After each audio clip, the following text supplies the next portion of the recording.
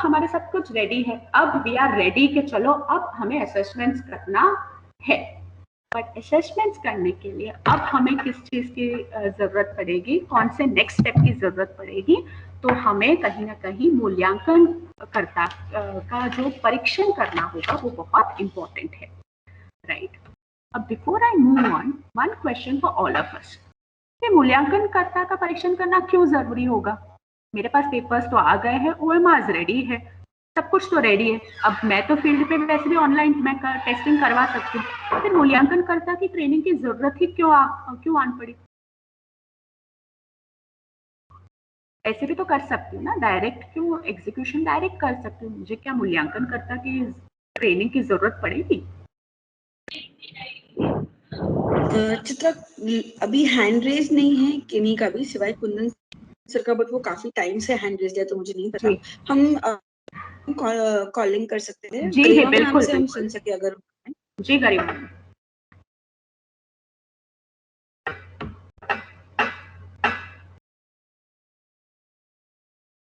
जी गरिमा ma'am. जी गरिमा ma'am बोलिए। Yes ma'am, this is Garima Batra from Chhindwara.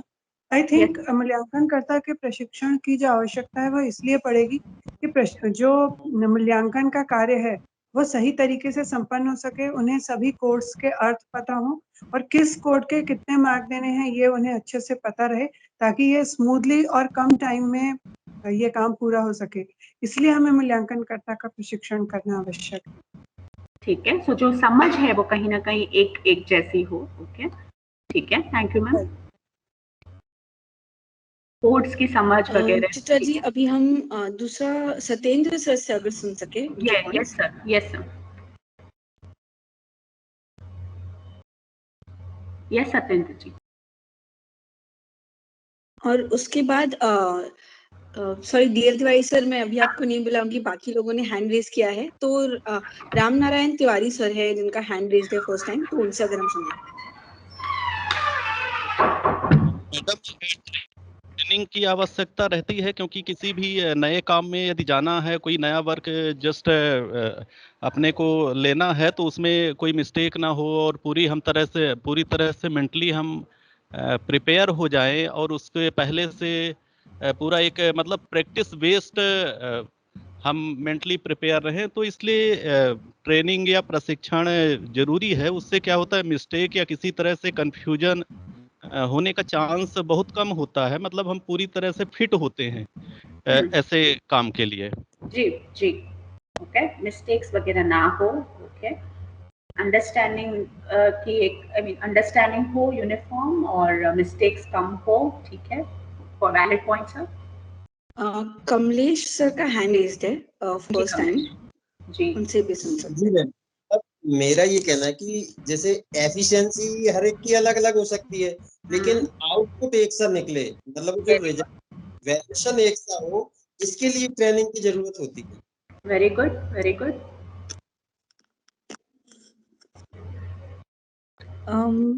Anil sir का भी सुन सकते हैं हम पॉइंट। अनिल अहिरवार सर।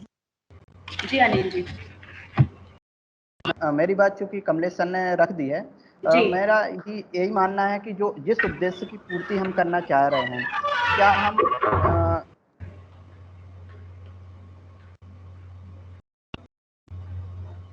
आवाज कट गई है क्या? हाँ, अभी सर की आवाज नहीं आ रही है। ओके, हम डीएल तिवारी सर का पॉइंट ले सकते हैं। हमने पॉइंट सुन लिया, राइट राइट जी। हाँ ma'am DL Tiwari ji sir.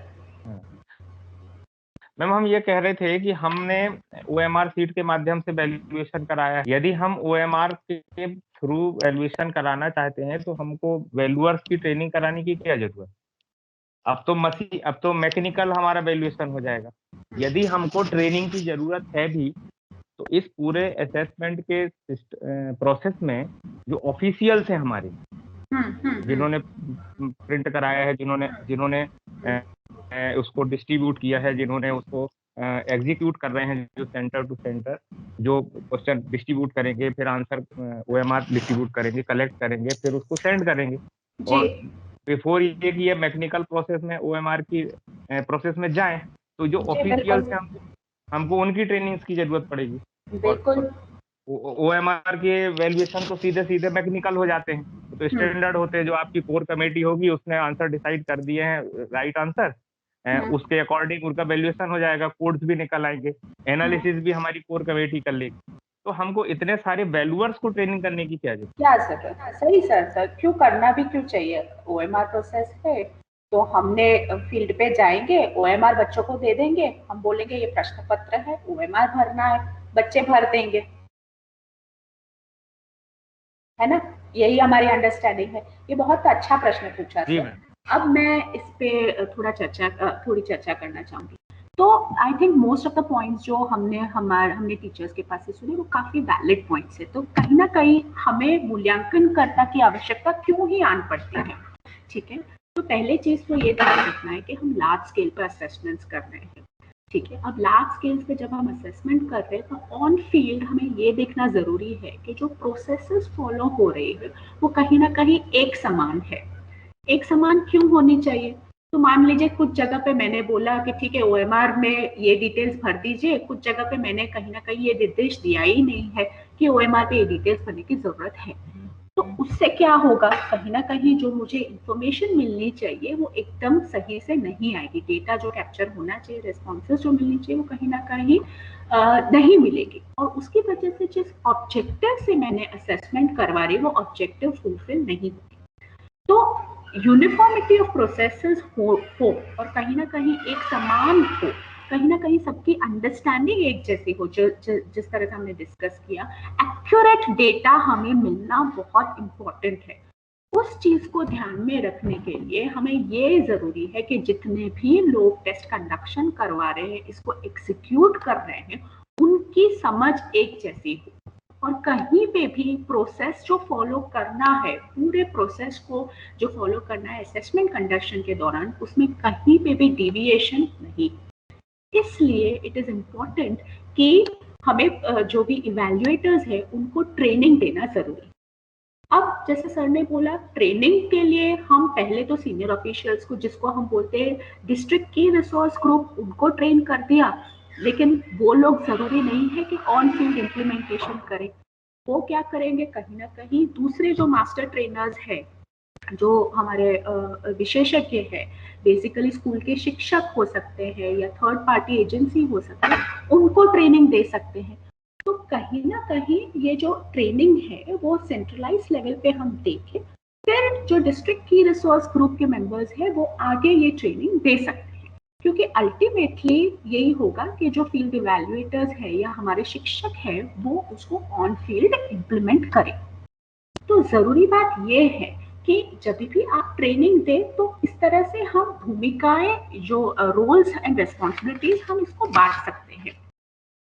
लेकिन इम्पोर्टेंट इसलिए है ताकि हर एक जो भी असेसमेंट जो हम कर रहे हैं उसका एक जो ऑब्जेक्टिव जो हमने सेट किया है वो ऑब्जेक्टिव सही तरह से मीट हो, जो हमें डेटा मिले वो कहीं ना कहीं एकदम एक्यूरेटली मिले, और एक समान प्रोसेसेस फॉलो करके हमें वो असेसमेंट डेटा मिले। इसलिए हमें जो भी इवैल्यूएटर्स है वो हो सकते हैं हमारे विशेष विषय के विशेषज्ञ हो सकते हैं, या डिस्ट्रिक्ट की रिसोर्स ग्रुप मेंबर्स हो सकते हैं, या स्कूल के शिक्षक हो, हर एक को ट्रेनिंग देना जरूरी है ताकि वाकिफ हो कि प्रोसेसेस क्या होती है असेसमेंट कंडक्शन के दौरान।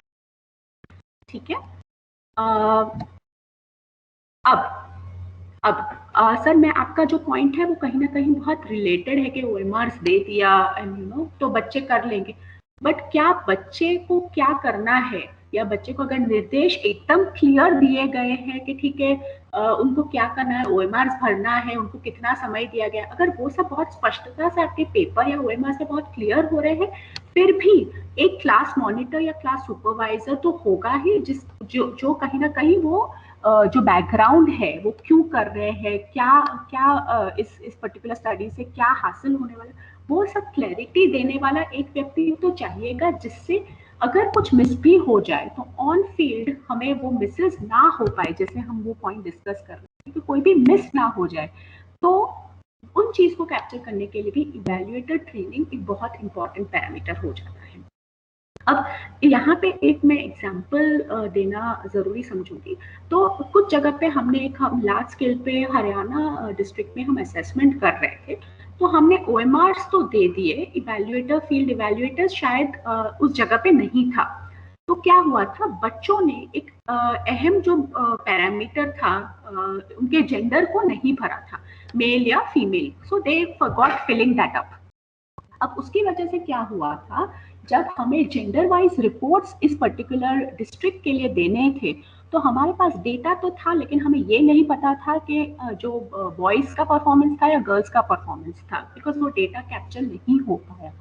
लेकिन उस समय पे अगर एक इवैल्यूएटर होता तो कहीं ना कहीं वो चेक मारता कि बच्चों ने उसको सही तरह से OMR फिल किया है या नहीं, और वो एक इम्पॉर्टेंट पैरामीटर का फिल हो गया होता, तो कहीं ना कहीं उस डिस्ट्रिक्ट को जब हम रिजल्ट्स दे रहे थे तो वो बहुत एकदम एक्यूरेट रिजल्ट्स दे पाते। तो मैं इससे भी कॉन्सिक्वेंस बता रही हूँ कि अगर इवैल्यूएटर्स की जरूरत क्यों होती है, तो ऑन फील्ड जब भी आप इम्प्लीमेंटेशन कर रहे हैं लार्ज स्केल पे, तो हमें ये देखना जरूरी हो जाता है कि जो प्रोसेसेस फॉलो करें वो एकदम यूनिफॉर्म हो और एकदम एक्यूरेटली उन प्रोसेसेस को फॉलो करके हमें जो डेटा कैप्चर करना है, जो रेस्पॉन्सेज मिलने चाहिए स्टूडेंट के, वो कहीं ना कहीं मिले। ठीक है, अब जब हम असेसमेंट इवैल्यूएटर्स की बात कर रहे हैं, तो इवैल्यूएटर्स के रोल्स हम कैसे असाइन कर सकते हैं, तो कहीं ना कहीं बड़े स्तर पे जब हम बात कर रहे हैं तो रिस्पॉन्सिबिलिटीज जब हम बांटें तो हायरार्कियल ऑर्डर में हम इनको बांट सकते हैं। तो कहीं ना कहीं जो DKRGs है, तो पहले हम DKRGs जो डिस्ट्रिक्ट की रिसोर्स ग्रुप मेंबर्स है उनको ट्रेनिंग दें, और उनको देने के बाद कहीं ना कहीं वो ये ट्रेनिंग फील्ड इवैल्यूएटर्स को भी दे सकते हैं। जो डिस्ट्रिक्ट की रिसोर्स ग्रुप के मेंबर्स हैं उनको स्टेट अपॉइंट कर सकते हैं, डिस्ट्रिक्ट लेवल पे अपॉइंट किया जा सकता है, और बेसिकली उनको ट्रेनिंग कौन देगा, डिस्ट्रिक्ट की रिसोर्स ग्रुप को। तो जो असेसमेंट एक्सपर्ट्स हैं जिन्होंने बेसिकली प्रश्न पत्र वगैरह तैयार किया है, स्कोर कार्ड तैयार किया है और प्रोसेसेस तैयार किए हैं, तो वो उनको डिस्ट्रिक्ट की रिसोर्स ग्रुप को ट्रेनिंग दे सकते हैं। अब जो फील्ड लेवल पे जो इवैल्यूएटर्स हैं उनको बेसिकली ब्लॉक लेवल पे अपॉइंट किया जा सकता है, जो बेसिकली असेसमेंट स्कूल में जाके कंडक्ट करेंगे। अब इनकी ट्रेनिंग कौन दे सकता है, तो बेसिकली डिस्ट्रिक्ट की रिसोर्स ग्रुप के जो मेंबर्स हैं वो इनको ट्रेनिंग दे सकते हैं।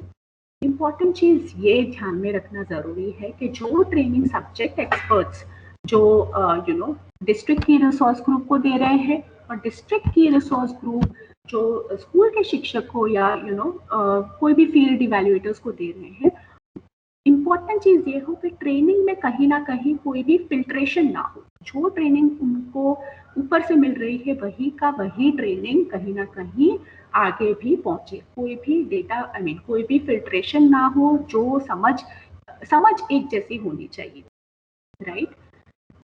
आई होप इतना पॉइंट समझ में आया हम सबको।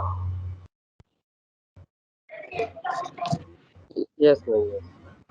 ठीक है, अब जब बात करते हैं तो प्रोसेस देख लेते हैं एक बार कि जो फील्ड इवैल्यूएटर का प्रोसेस क्या होगा। सो बेसिकली ट्रेनिंग और प्रैक्टिसिंग जो मूल्यांकन करता है उनके साथ बेसिकली उनको जैसे ही ट्रेनिंग मिलती है वो क्या करेंगे, जो असेसमेंट के दिन जो कोऑर्डिनेशन करना होगा वो कोऑर्डिनेशन करेंगे। फिर असेसमेंट कंडक्ट करने के बाद बेसिकली जो OMRs और प्रश्न पत्र जो इकट्ठे करने हैं वो करेंगे, और बेसिकली एक बार कलेक्शन हो जाए पेपर्स का, उसके बाद सही ढंग से उनको जिस जगह पे पहुंचानी है, जो whatever is a decided location, उस जगह पे सही तरह से पेपर्स हैंड ओवर करना है। उसी तरह से जब आप डिस्ट्रिक्ट की रिसोर्स ग्रुप के जो मेंबर्स होंगे उनका भी वही काम रहेगा कहीं ना कहीं, तो वो लोग भी एक बार ट्रेनिंग मिल जाए फिर वो लोग भी असेसमेंट्स कंडक्ट करेंगे, पेपर्स और OMR कलेक्शन करके उनकी सही जगह पे पहुंचा दिया जाएगा। तो कहीं ना कहीं ऐसे भी हो सकता है कि फील्ड इवैल्यूएटर्स और डिस्ट्रिक्ट की रिसोर्स ग्रुप दोनों ही असेसमेंट दिन के दौरान दोनों ही फील्ड पे हो। ऐसे भी हो सकता है कि ठीक है डिस्ट्रिक्ट की रिसोर्स ग्रुप के मेंबर्स ने फील्ड इवैल्यूएटर्स को ट्रेन कर दिया हो, तो उस दिन को वो शायद सिर्फ मॉनिटर कर सकते हैं कि हमने जैसे ही ट्रेनिंग दिया है क्या वो प्रोसेसेस एक सही से फॉलो हो रहे हैं या नहीं। So they may, the district key resource group will then could be also involved only in the monitoring purpose कि भाई देख रहे हैं कि सही तरह से प्रोसेसेस फॉलो हो रहे हैं या नहीं. So again वो डिसीजन जब हम मध्य प्रदेश के लिए जब डायग्नोस्टिक असेसमेंट्स कंडक्ट करें, वो एक अहम चीज है कि हम डिसाइड कर सकते हैं उस टाइम पे जब एक्चुअल असेसमेंट्स हो रहे हैं. ठीक है. अब यहाँ पे अब हमने यहाँ पे ये चर्चा की कि इवैल्यूएटर ट्रेनिंग देना जरूरी है. तो अब एज एन इवैल्यूएटर हमारी कुछ भूमिकाएं हैं जो हमें फॉलो करनी है, राइट. अब इवैल्यूएटर्स इतना हमेशा याद रखना है कि हम किसी भी रोल में क्यों ना हो. जैसे मैं एक अध्यापक हो सकती हूँ, एक टीचर हो सकती हूँ, मैं एक बेसिकली एक थर्ड पार्टी इन्विजिलेटर हो सकती हूँ. मेरा पर्पस क्या है? मेरा पर्पस अभी के लिए यही है कि मध्य प्रदेश के जो बच्चे हैं उनका अगर डायग्नोस्टिक असेसमेंट में करवा रही हूँ तो एक्यूरेट पिक्चर, जो वास्तविक पिक्चर है, वो कहीं ना कहीं कैप्चर हो पाए. उस समय मैं ना कि एक टीचर हूँ, ना कि मैं एक प्रिंसिपल हूँ, ना कि मैं उसकी दोस्त हूँ, ना मैं उसकी माँ हूँ, कोई भी क्यों ना हूँ. I am just doing the role of an evaluator. मैं इसलिए बोल रही हूँ क्योंकि मैं भी कहीं ना कहीं एक शिक्षक रह चुकी. जब मैं इवैल्यूएट करने जाती हूँ तो कहीं ना कहीं मेरी सहानुभूति भी रहती है कि अरे ये तो मेरा ही बच्चा है जो असेसमेंट दे रहा है. उस टाइम पे वो बेसिक जितने भी रोल्स में क्यों ना कर रहे हो, I just don't the hat of a researcher who is here to evaluate the exact picture, who is here to give the exact picture to the state so that the state can take the necessary steps to improve the education level of the state, right. तो यहाँ पे जो evaluator का एक बहुत important role इसलिए हो जाता है कि he is the one who is responsible for successful testing of a student on field, right. और उसकी यही जिम्मेदारी है कि वो सही तरह से डेटा कलेक्ट कर पाए. उसका ये इम्पोर्टेंट रोल है कि जितने भी इंस्ट्रक्शंस दिए गए हैं वो सही तरह से फॉलो हो रहे हैं, राइट. कहीं ना कहीं कॉपिंग नहीं हो रहा है, चीटिंग के केसेस नहीं हो रहे हैं. ये सब उसको बहुत ध्यान से इन सब बातों का हमको बहुत ध्यान रखना होगा. आइडेंटिकल वे से एक प्रोसेस जो है फॉलो हो रहा है, कहीं पे भी अगर डिविएशन है तो उसकी ये जिम्मेदारी होगी कि उन डिविएशंस को वो सुधारे और सही तरह से असेसमेंट कंडक्शन हो पाए. ठीक है. और जैसे मैंने बोला, असेसमेंट्स जो हमारे फील्ड जो हमारे इवैल्यूएटर्स है, कोई भी हो सकता है. इट कुड बी आप भी हो सकते हैं इवैल्यूएटर्स, कोई भी एडमिनिस्ट्रेटिव स्टाफ भी हो सकता है जिसको अपॉइंट किया गया है स्पेसिफिकली टू एंश्योर कि ये प्रोसेस फॉलो हो रहा है. या तो हो सकता है कोई थर्ड पार्टी के जो असेसमेंट इवैल्यूएटर्स हैं वो भी हो सकता है. स्पेशली जब लार्ज स्केल पे हमें डेटा कलेक्ट करना हो तो ये भी होता है कि कम इंटर्न्स वगैरह को लेते हैं कि ठीक है आप कर लीजिए असेसमेंट, एंड स्कूल के कॉलेज गोइंग स्टूडेंट्स को भी लिया जाता है. ये सिर्फ एग्जांपल्स है. Excuse me ma'am. जी आदित्य चौरसिया सर लॉबी में है, प्लीज उनको लेट इन कर लें. जी उन्हें ज्वाइन कर लें मैम. वो जी बिल्कुल. सर वो लॉबी में नहीं है अभी. अगर सर वो हाँ बात हो पा रही है तो आप उनको बता दीजिए कि अभी लॉबी में वो शो नहीं है.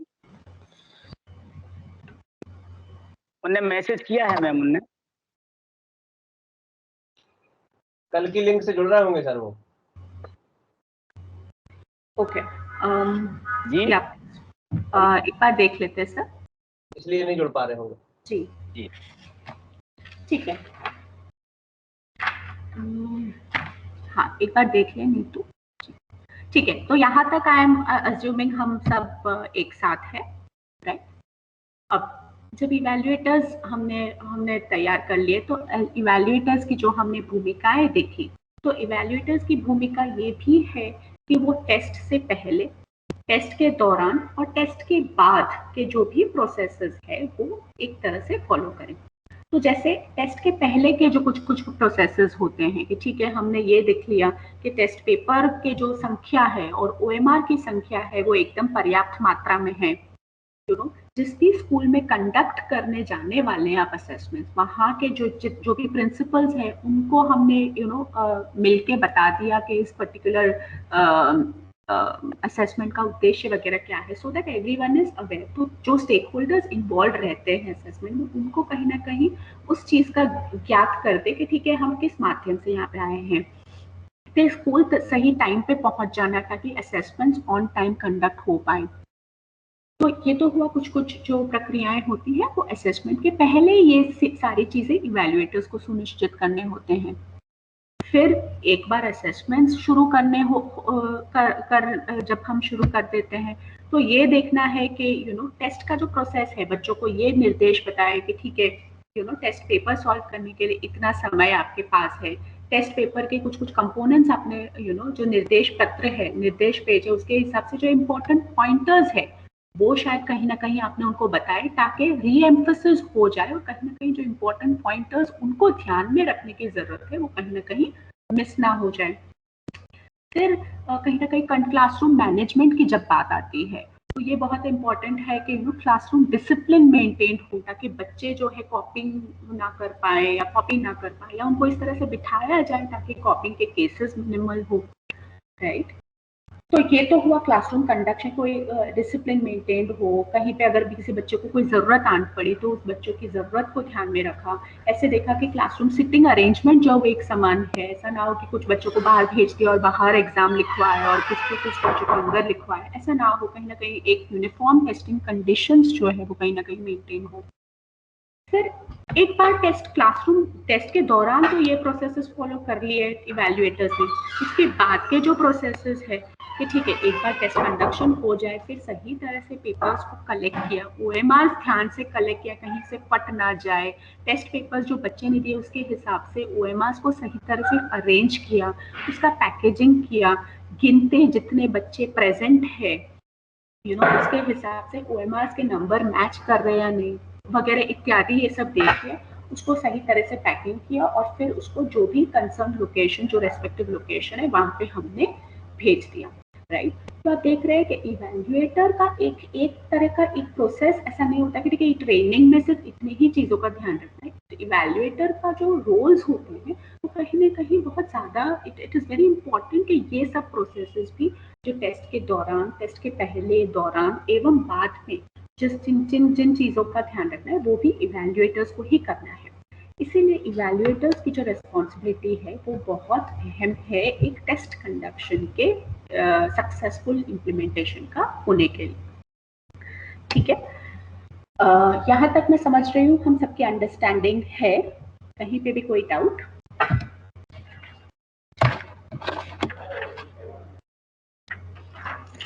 किसी का भी हैंड रेज नहीं है। Right, okay, thank you.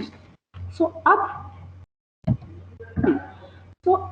हम चलिए इवैल्यूएटर का ट्रेनिंग, इवैल्यूएटर्स को तो रिक्रूट कर लिया। अब हम ये कैसे सुनिश्चित कर सकते हैं कि आकलन करने के लिए जो मूल्यांकनकर्ता के जो तरीके हैं वो उसमें एक रूपता हो, यानी कि यूनिफॉर्मिटी हो, राइट। तो अब इस पॉइंट पे हम कहीं ना कहीं डिस्कस करेंगे। तो ये इंश्योर करने के लिए कि जो भी इवैल्यूएटर्स हैं हमारे उनकी अंडरस्टैंडिंग एक जैसी हो, इसके लिए हम सबसे कुछ पॉइंटर्स हम डिस्कस करेंगे। इसके अलावा भी ज़्यादा पॉइंटर्स हम ऐड कर सकते हैं जैसे जैसे हम चर्चा कर रहे हैं, बट फिलहाल के लिए we are discussing some of the very important pointers. तो अगर मान लीजिए हम बाहर से कुछ हमारे स्टेट के हैं जिनको पता है, शायद वहाँ पे भी इट इज़ वेरी इंपॉर्टेंट कि आप जो प्रोजेक्ट है किस माध्यम से आप ये असेसमेंट कर रहे हैं, उस प्रोजेक्ट की जानकारी, जो असेसमेंट हमने कंडक्ट किया है, असेसमेंट कंडक्ट करने वाले उसके जो भी प्रोसेसेस हैं उसको हम उसकी क्लैरिटी या उसका ओवरव्यू देना बहुत ज़रूरी है, राइट। उसके बाद जैसे हमने आगे देखा कि हमें उनको इवैल्यूएटर्स को पता तो होना चाहिए कि उनको करना क्या है, राइट।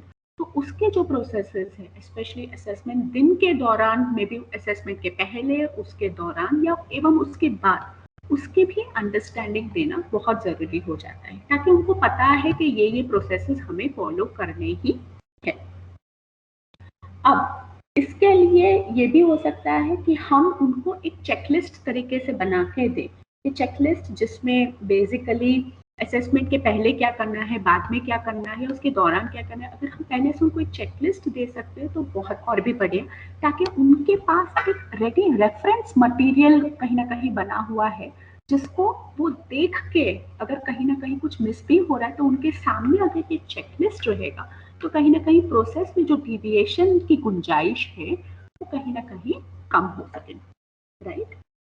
फिर उसके अलावा हम कहीं ना कहीं जब टेस्ट कंडक्शन के प्रोसेसेस की बात कर रहे हैं तो बेसिकली हो सकता है कुछ ग्रेड्स में जो टेस्ट कंडक्शन का प्रोसेस है वो अलग हो सकता है। यदि अलग है तो वो इस बात की समझ इवैल्यूएटर्स को भी होनी चाहिए। तो जस्ट एज एन एग्जाम्पल, मैं सिर्फ एक छोटा सा एग्जाम्पल देना चाहूँगी। एक असेसमेंट में हम जब लोअर ग्रेड, हम एक क्लाइंट के लिए जब हम एक असेसमेंट कर रहे थे तो उसमें जो लोअर ग्रेड्स के बच्चे थे उनके लिए हमें पेपर्स पढ़ने होते हैं, यानी प्रश्न पढ़ने होते हैं, ताकि बच्चे शायद प्रश्न समझ के उसके जवाब दे सकें। लेकिन वही बात जब हमें थोड़े हायर ग्रेड, स्पेशली ग्रेड 5, 6, 7 में जब असेसमेंट्स करने हैं तो वहाँ पे शायद हमें प्रश्न पत्र पढ़ने की जरूरत नहीं पड़ती है।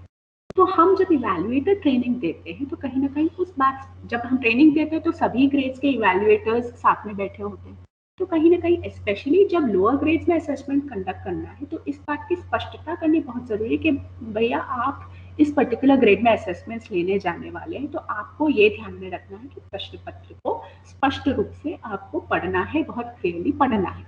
अब ये इंस्ट्रक्शन कहीं ना कहीं ग्रेड 5 या ग्रेड 7 के इवैल्यूएटर्स के लिए लागू नहीं होते हैं। तो आप समझ रहे, जैसे जैसे ग्रेड्स, जिस ग्रेड्स में आप असेसमेंट्स कर रहे हैं उसके हिसाब से जो जो निर्देश उस पर्टिकुलर ग्रेड के लिए यदि अलग हो तो आपको उस चीज की भी क्लैरिटी देनी होगी, राइट। फिर जब हम बोल रहे थे OMRs भरने की प्रक्रिया है, तो OMRs भी अगर आप दे रहे हैं पर्टिकुलर ग्रेड्स में तो कहीं ना कहीं उनके रिलेटेड जो भी डिटेल्स है वो भी आपको क्लियरली इवैल्यूएटर ट्रेनिंग के दौरान समझाना होगा। हो सकता है मेरे जैसे इवैल्यूएटर्स जिसने शायद कभी असेसमेंट नहीं ही किया, करवाया कभी नहीं हो, मैं एक मे बी एक ऑन फील्ड मुझे सिर्फ स्टेट में बोला है और मेरे को शायद ज़्यादा एक्सपीरियंस नहीं है, in that case it becomes very important कि मुझे वो समझ स्टेट की तरफ से या जो भी मुझे ट्रेनिंग दे रहा है वो मुझे समझ दे कि OMR भरने की सही प्रक्रिया क्या है, या OMR अगर मुझे बच्चों से भरवाना है तो मुझे नेसेसरी डिटेल्स क्या क्या भरनी है उसकी समझ अगर मुझे दी जाए तब जाके मैं ये देखूंगी कि मेरा बच्चा भी वो OMR सही तरह से भर पाए, राइट। तो इसलिए जब आप ट्रेनिंग दे रहे हैं that's the reason why it is important कि भले ही मैकेनिकल प्रोसेस क्यों ना हो OMR भरने का, बट अगर मेरे में वो समझ नहीं है तो मैं कहीं ना कहीं वो समझ अपने बच्चों में नहीं ला पाऊंगी, तो फिर जो ऑब्जेक्टिव होगा वो कहीं ना कहीं मीट नहीं कर पाऊंगी, राइट। सो इसलिए इवैल्यूएटर ट्रेनिंग, जो सर का एक प्रश्न था कि क्यों देना जरूरी है, यहाँ पे मैं इसको आंसर करना चाहूँगी। स्पेशली अगर किसी को नॉलेज नहीं है then it becomes all the more important. Knowledge हो फिर भी इट इज इम्पोर्टेंट कि बॉस मेरे जो भी यूनिफॉर्मिटी हो प्रोसेसेस में, so that there is no deviation, उसके लिए भी जो इवैल्यूएटर ट्रेनिंग है बिकम्स इम्पोर्टेंट, राइट। और उसके साथ एक चेकलिस्ट अगर हमारे पास एक पिक्चर में है तो it becomes all the more easier कि अगर कहीं पे भी कोई डिविएशंस, अगर मुझे ऐसा लगता है मैंने कुछ पॉइंट मिस कर रही हूँ तो मेरे पास जैसे ही एक चेकलिस्ट सामने होगा तो मैं ध्यान में रख सकती हूँ कि मैं कोई पॉइंट मिस ना करूँ, राइट।